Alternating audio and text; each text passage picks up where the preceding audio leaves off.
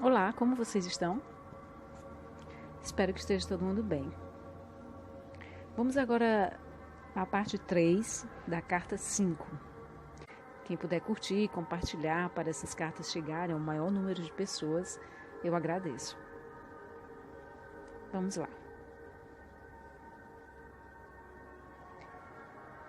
Diariamente, a oração e a meditação sincera permitirão a você alcançar a purificação mental. E gradualmente a verdade e a compreensão substituirão os antigos mitos que foram tão importantes para você algum dia. Antes de começar os ensinamentos que se seguirão, eu, o Cristo, tenho que lembrá-lo de que seu universo não é sólido. Como provavelmente você já sabe, de acordo com os seus cientistas, a matéria sólida, a substância visível do mundo, é de fato composta de partículas de energia. A verdade do ser de sua dimensão terrena repousa sobre esta realidade fundamental da criação. Para compreender meus ensinamentos referentes à verdade do ser, é necessário captar esse aparente vazio fundamental subjacente a todo o seu mundo criado. A maioria de vocês conhece esse fato da existência de maneira intelectual, mas isso não foi ainda nem remotamente filtrado pela sua consciência para dar a vocês uma nova perspectiva do mundo e da existência em si mesmo. Como vem fazendo há milênios, vocês continuam pensando que o seu mundo é sólido e que as condições do corpo e de todo fenômeno externo estão fora de seu alcance, de seu controle. Vocês acreditam que são vítimas da existência e suas vidas diárias refletem esta crença. Entretanto, a verdade é o contrário.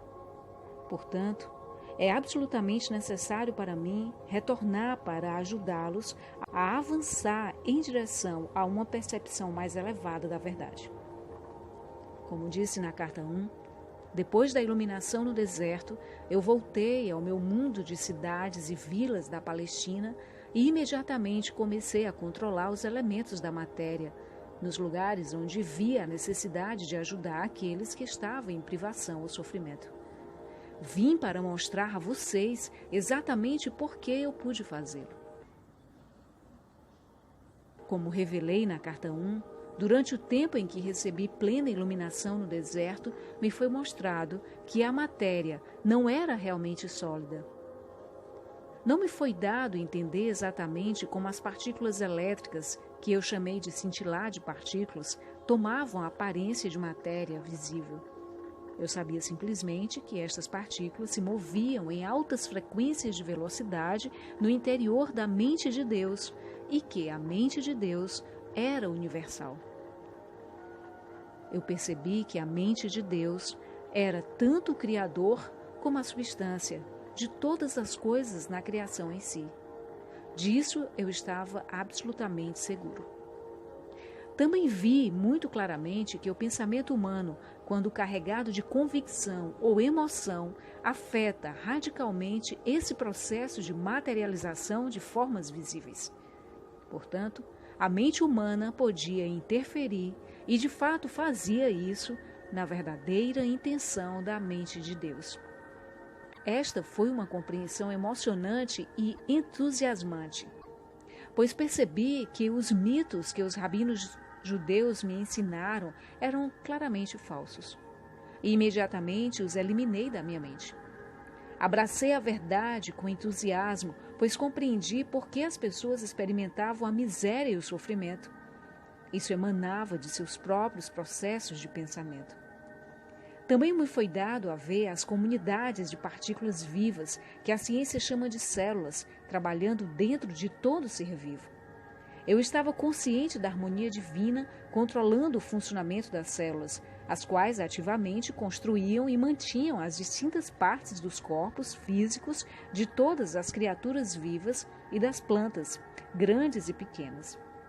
Por essa razão, utilizei frequentemente a paisagem para dar exemplos da imanência e da atividade do Pai, nas menores manifestações da vida selvagem, como nas plantas e nos pássaros, por exemplo. Como expliquei com clareza nas cartas 1 a 3, chamei a mente de Deus de Pai, porque pude perceber a verdadeira natureza da mente de Deus. Eu estava seguro de que, retornando ao povo da Palestina para descrever as revelações que havia recebido, eles compreenderiam que suas crenças, as quais tinham sido gravadas em suas consciências pelos rabinos, eram completamente falsas. Eu vi que a verdadeira natureza da mente de Deus era a forma mais elevada do amor divino, e que isso podia ser visto consistentemente ativo em cada ser vivo. Como disse anteriormente, esse conhecimento me permitia fazer milagres e controlar os elementos onde fosse oportuno e necessário.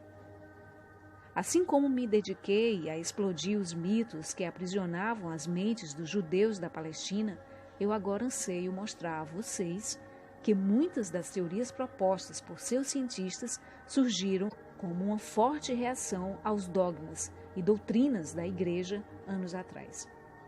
Para compreender essa afirmação, você deve perceber que antes do tempo de Darwin, quando várias igrejas cristãs tinham a mente do povo sob seu domínio, era geralmente aceito que o universo havia sido criado exatamente como estava escrito no Gênesis do Velho Testamento bíblico.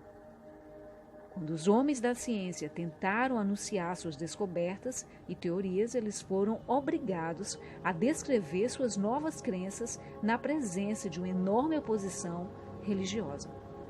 Em consequência, eles acreditaram ser necessário utilizar grande parte de sua energia mental para provar que as afirmações dos profetas eram errôneas.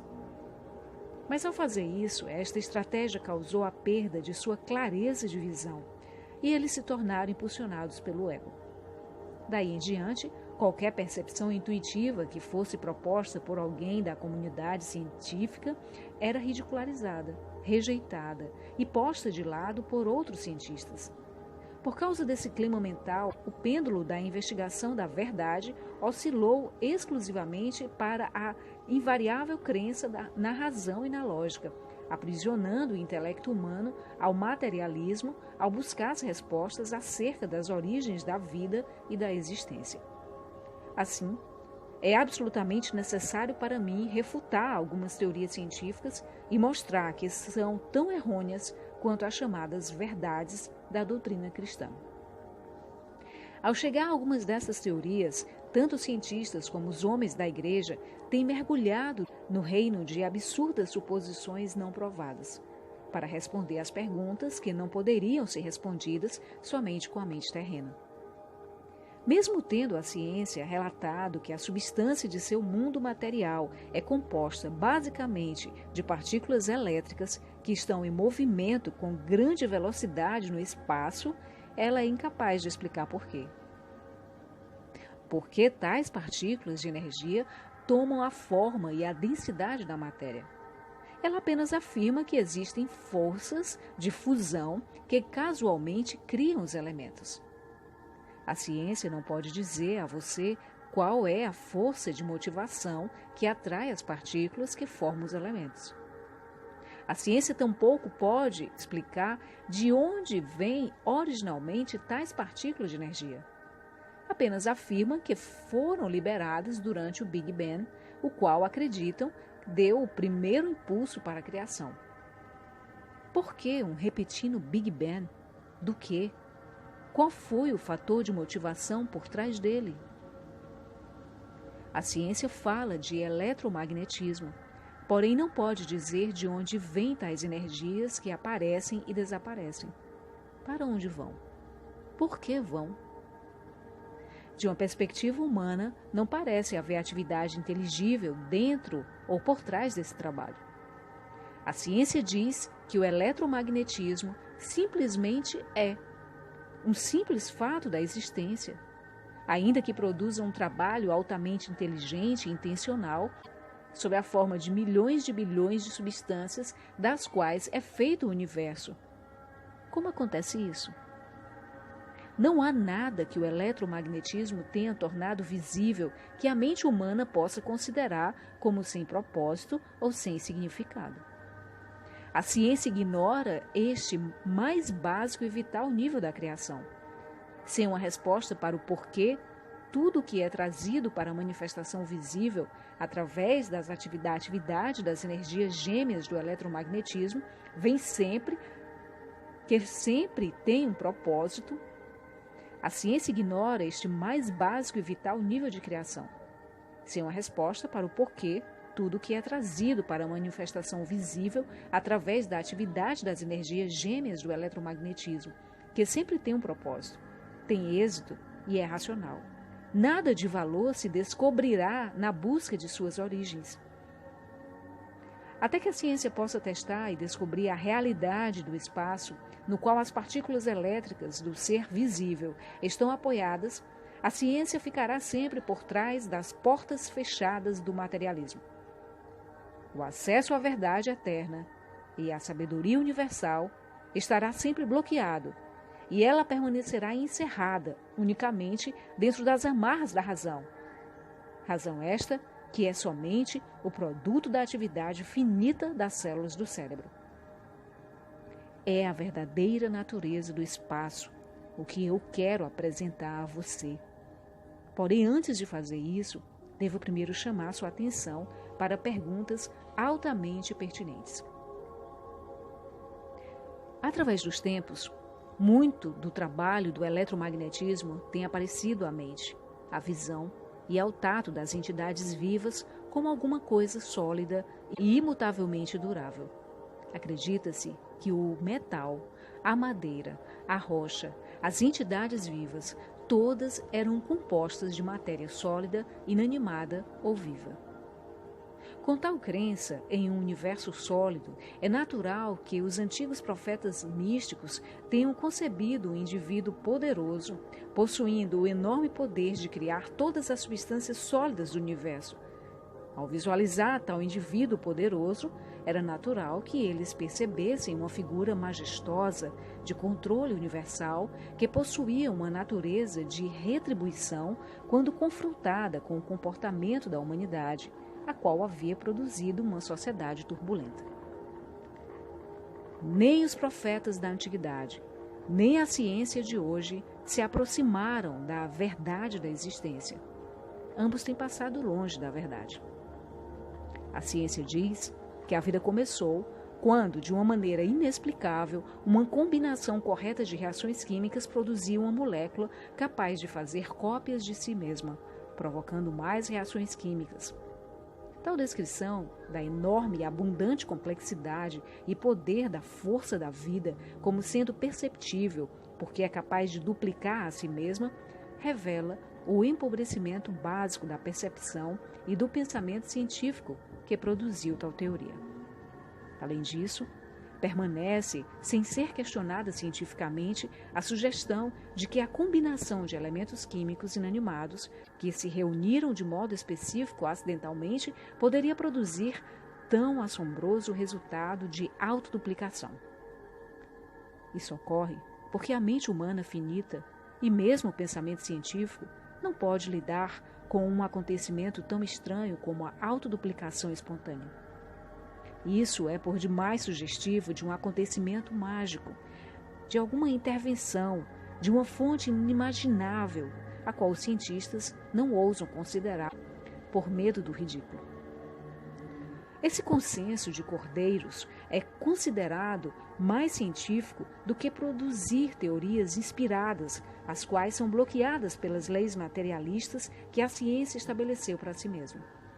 Este bloqueio do processo científico futuro impedirá que a ciência investigue devidamente o reino da mente e do espírito, até que algum cientista iluminado desafie as convenções e se atreva a cruzar as fronteiras entre o que é visível e o que é invisível. Se os profetas de antigamente tivessem sido presenteados com a teoria da autoduplicação molecular, não teriam nenhuma dificuldade com tal acontecimento mágico e diriam que Deus fez as combinações químicas e as impregnou com vida. Porém, esta também não é a explicação correta. Este antigo conceito religioso de um Deus do alto, criando de longe, é o que impede o cientista de avançar na direção de reflexões espiritualmente mais conscientes. Portanto, apesar de a ciência parecer emancipada das velhas doutrinas, continua mentalmente atada e obstruída pelos temores de velhas proibições, como no século XIX. Ela adota suas ridículas teorias porque ainda não percebeu a realidade de nossa fonte do ser, por trás e dentro da molécula viva.